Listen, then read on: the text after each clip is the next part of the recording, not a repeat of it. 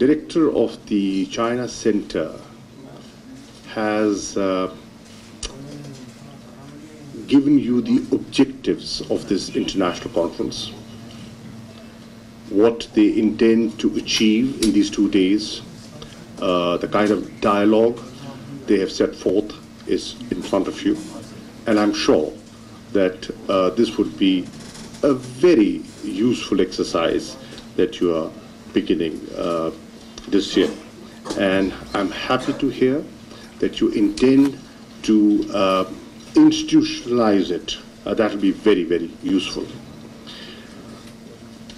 The Director General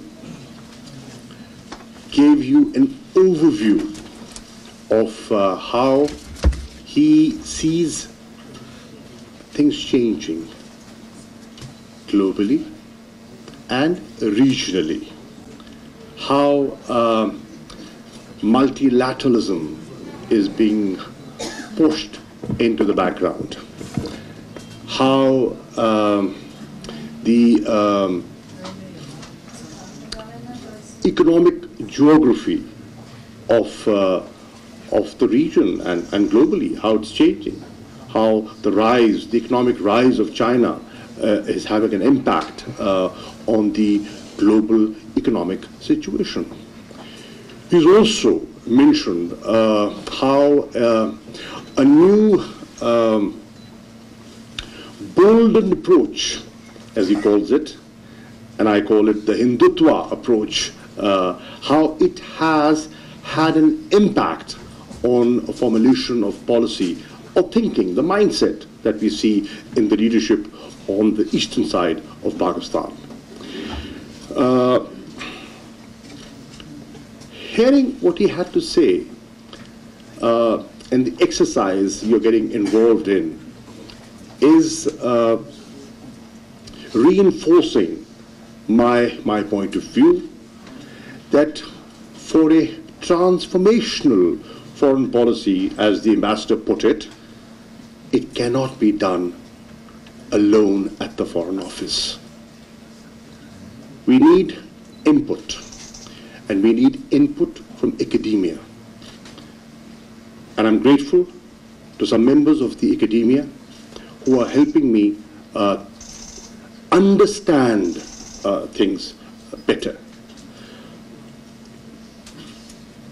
You need input from the private sector. In this modern corporate world, where economic diplomacy is getting increasing importance, how can you overlook the needs of the private sector? And how can you formulate policy without their input? And the Director General mentioned that I have been supportive of this institute. I should be, obviously. Here is an institution that's funded by the Ministry of Foreign Affairs, has potential to contribute. Why shouldn't it be optimally utilized? And the idea is to incorporate the views of people like you and researchers who are doing their work with passion. We in the Foreign Office, a lot of times, are doing day-to-day firefighting. And frankly, this is my second innings at the Foreign Office, and I've learned with time that the average officer working, very competent, very good, very dynamic, does not have time for strategic thinking. He's running from meetings to meetings. So where does the government get that large strategic picture? It's from institutes like yours, sir. Academia, professors sitting here. That's where the input comes. And that is why it is important to remain engaged with such institutions.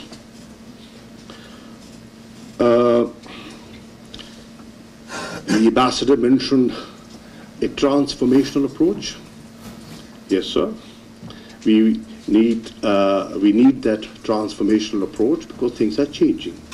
Things are changing in the region. Realignments have taken place, and we have to be cognizant of those realignments. And Ambassador Shah, I intend to seriously grab the offer that you've made. And ladies and gentlemen, let me share with you that the government of China has offered the old embassy in the diplomatic enclave to the Foreign Office. I intend to take that over, reach an agreement with you, and take it over. And what I visualize is to have a restructured, redesigned Foreign Service Academy, shift it over there.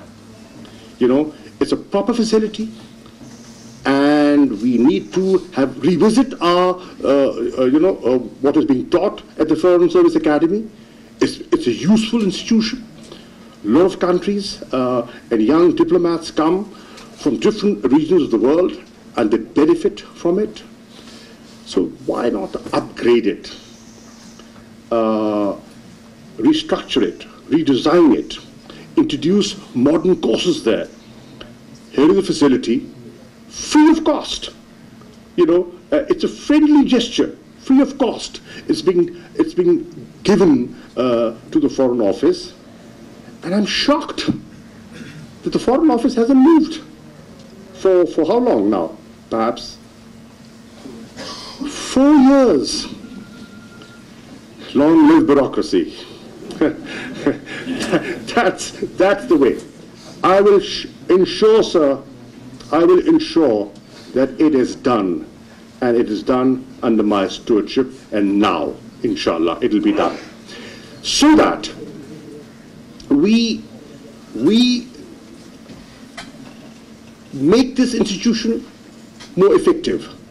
The building next door can be given to you for your centers, and multiply them. Multiply your centers. Get academia, get thinking people over, and get their input. Educate us so that we can effectively and in a more potent manner protect Pakistan's interests.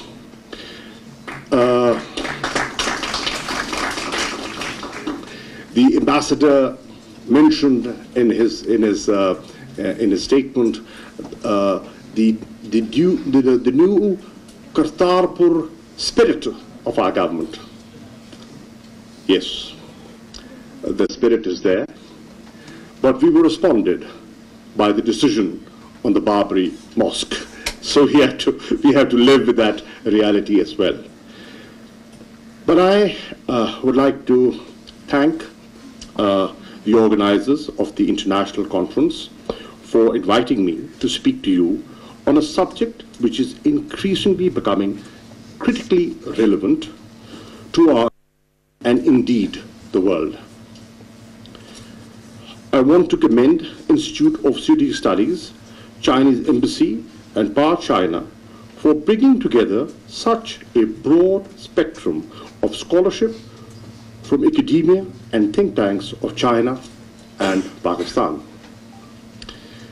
These dialogues are critical to cultivating better understanding and synergizing our efforts to benefit from the connectivity and other collaborative initiatives such as the BRI. In the past 6 years, since its launch in 2013, the Belt and Road Initiative has emerged as the single most effective instrument of globalism and international development cooperation. The true potential of the BRI lies in having created an awareness that the world would be better off if we enable each other to attain economic growth and development.